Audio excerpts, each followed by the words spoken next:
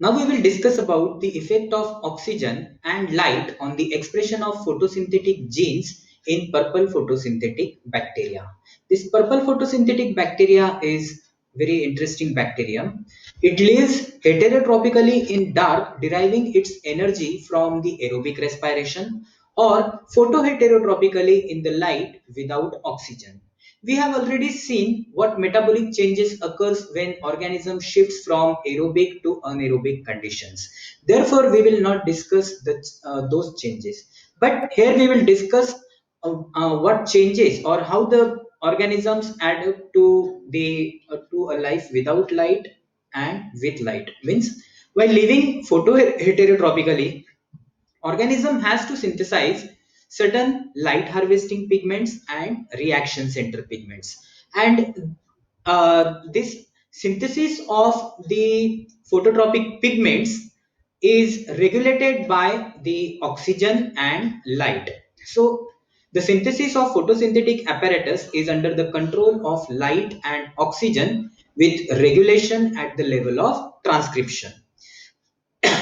So this organism can have three different types of regulatory systems. The first one is aerobic repression, where in the present where oxygen represses the synthesis of photosynthetic apparatus. Then anaerobic induction, where the synthesis of photosynthetic apparatus is induced by the absence of oxygen.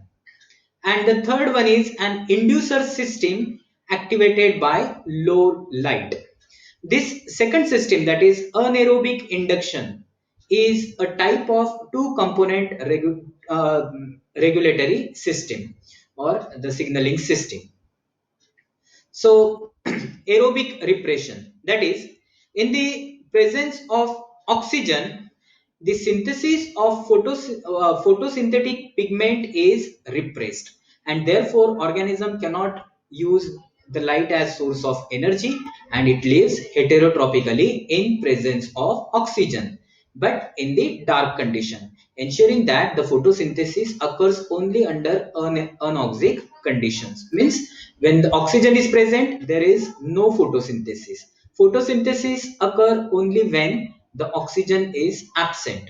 So the aerobic repressor called CRTJ, which is also called as PPSR, um, this particular repressor is activated in presence of oxygen only.